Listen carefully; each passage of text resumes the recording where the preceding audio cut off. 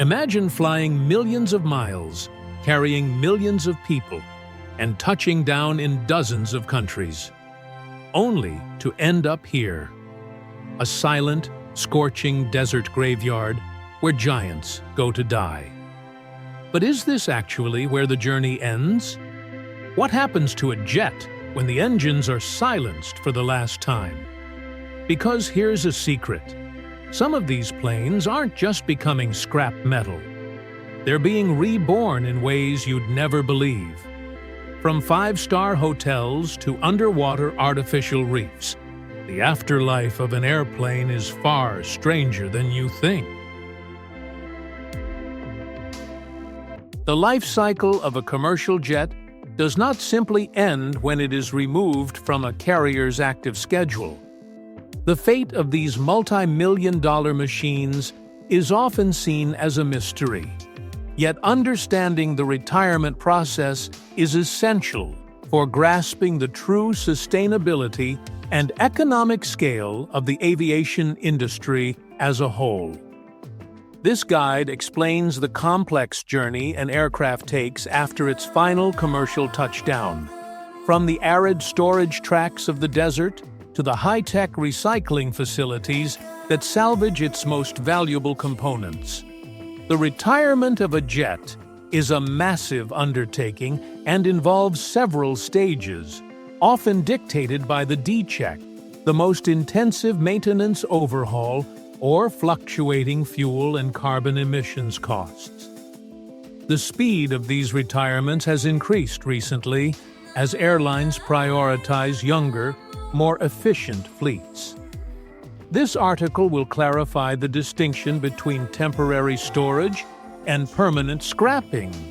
While exploring the creative second lives these airframes find in industries far removed from the runway. When a plane is officially retired, it is typically flown to a dedicated storage facility, often referred to as a boneyard, where its fate is decided based on market demand.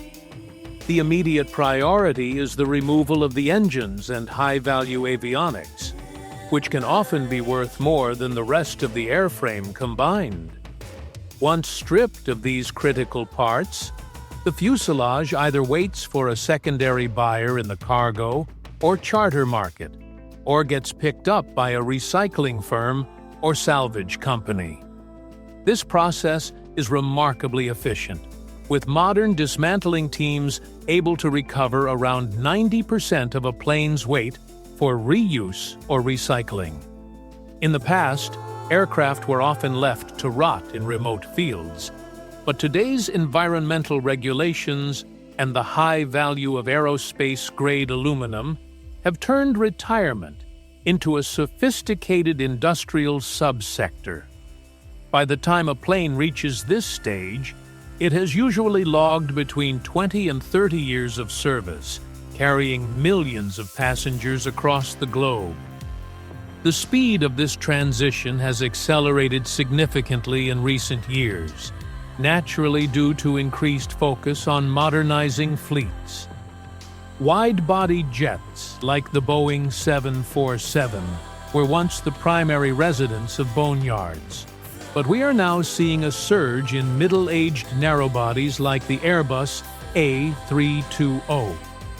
This shift is driven by the rapid advancement of engine technology, because if a newer model can save 15% on fuel, the older airframe becomes an economic liability almost overnight, regardless of its mechanical health. An aircraft's age in years is often less important than its cycles, or the number of times it has been pressurized and depressurized. A short-haul jet that flies 6 times a day will reach its structural fatigue limits much faster than a long-haul wide-body that only flies once every 24 hours. An aircraft sitting on the ground is never going to make money for airlines, and so it becomes inevitable that these regularly used aircraft end up being retired. Leaving these aircraft with no future isn't always the case, however. If there is a high demand for freighters, a retired passenger Boeing 767 might undergo a passenger-to-freighter conversion, granting it another 15 years of life carrying parcels instead of people. Conversely, if an engine type becomes obsolete or expensive to maintain, the aircraft is more valuable as a source of used serviceable material to keep other active planes in the air. Carriers like All Nippon Airways and Japan Airlines often retire their aircraft earlier than U.S. counterparts to maintain a young fleet image. These well-maintained jets are highly coveted in the secondary market because of their rigorous upkeep. Rather than being scrapped, a 12-year-old narrowbody is frequently sold to lessors who place them with emerging airlines in Southeast Asia or South America. Aviation leadership generally views aircraft retirement not as an end, but as a critical lever for both financial liquidity and environmental compliance. According to the Aviation Leaders Report 2026, major carriers are increasingly focused on the circular economy concept, where the residual value of a retired hull provides the capital needed for next-generation replacements. Airbus has noted that as the industry pushes toward net zero targets, the ability to recycle nearly all of a modern jet has transformed decommissioning from a logistical headache into a strategic asset. Real-world applications of this strategy are visible in the recent actions of industry giants. For instance, Tarmac Aerosave, the European leader in aircraft storage and recycling, recently partnered with Airfin to dismantle retired Airbus A320neo aircraft. This was particularly interesting because it involved much newer aircraft, proving that even modern jets are being harvested early to feed a desperate global demand for USM. Experts like those at Aircraft Fleet Recycling Association emphasize that this disassembly prevents environmental pollution from fluids and reduces the carbon footprint associated with mining new aerospace-grade raw materials. Recycling and part-outs are often the dominant fate for retired jets, but they are not the only path. The most common alternative is deep storage or preservation, where an aircraft is covered in protective materials like latex and parked in an arid environment to await a potential return to service. This option avoids the finality of the scrapyard, but incurs ongoing costs for humidity control and periodic engine runs. In the volatile market today, many airlines find that the immediate cash injection from a teardown is more attractive than the wait-and-see approach of long-term storage. Another niche but growing alternative is extreme upcycling, where fuselages are repurposed for non-aviation uses such as luxury hotels, restaurants, or even private residences. While these projects garner significant social media attention, they represent less than 1% of retired airframes.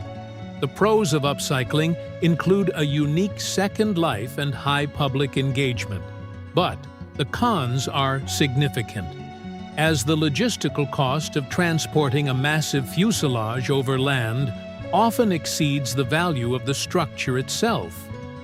For most commercial operators, the industrial recycling path remains the only scalable solution. Ultimately, the choice between recycling and alternative reuse is driven by the material composition of the aircraft. Older aluminum jets, like the Boeing 777-200, are highly prized by recyclers because the metal can be melted down and reused with 95% less energy than creating new aluminum. Composite aircraft like the Boeing 787, however, with carbon fiber skins, are harder to repurpose and they are more likely to stay in secondary service or storage longer. For the majority of the global fleet, retirement is a fast track to becoming the spare parts and raw materials of tomorrow. The retirement process is often presented as a seamless industrial success, but it is not without significant risks and logistical hurdles. One of the most pressing concerns is the environmental challenge posed by next-generation composite aircraft like the Boeing 787 and Airbus A350. Unlike their aluminum predecessors, which can be melted down with ease, these carbon fiber reinforced polymer hulls are notoriously difficult to recycle. Currently, most retired composite sections are either downcycled into lower-grade materials for the automotive industry or, in less regulated regions, end up in specialized landfills, as the chemical bonding of the fibers makes them nearly impossible to separate without intensive energy use. Another shadow over the retirement industry is the rise of suspected unapproved parts. As airlines face extreme pressure from supply chain bottlenecks, the temptation to source components from undocumented or gray market teardowns has led to major safety alerts. A retired jet is no longer seen as a piece of junk, but as a warehouse of precious raw materials and high-value components. Whether a plane is destined for a second life as a cargo freighter, harvested for parts to keep other fleets flying, or recycled into a soda can, the process ensures that very little of these massive engineering marvels goes to waste. The aviation industry is moving toward a circular model, where the retirement of an old, thirsty jet is what directly enables the purchase and operation of a cleaner, more efficient successor.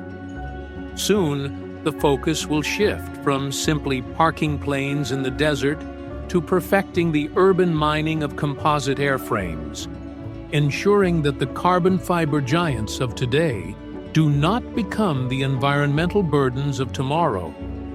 Ultimately, the life cycle of a jet reflects the ingenuity of the industry itself. By treating the end of a flight as the beginning of a new industrial cycle, aviation is proving that it can be both a high-speed connector of worlds and a responsible participant in the global economy. As recycling technology continues to mature, the day may soon come when every single bolt of a retired aircraft finds its way back into the sky. For the majority, however, it ends in the crusher. But the industry is changing. Today, over 90% of an aircraft's materials are being recycled. That aluminum you're looking at? It might become your next car or even part of a brand new plane. So, next time you look out of your window at 30,000 feet, remember, the story of your plane doesn't end when it lands. It's a cycle of engineering that never truly stops.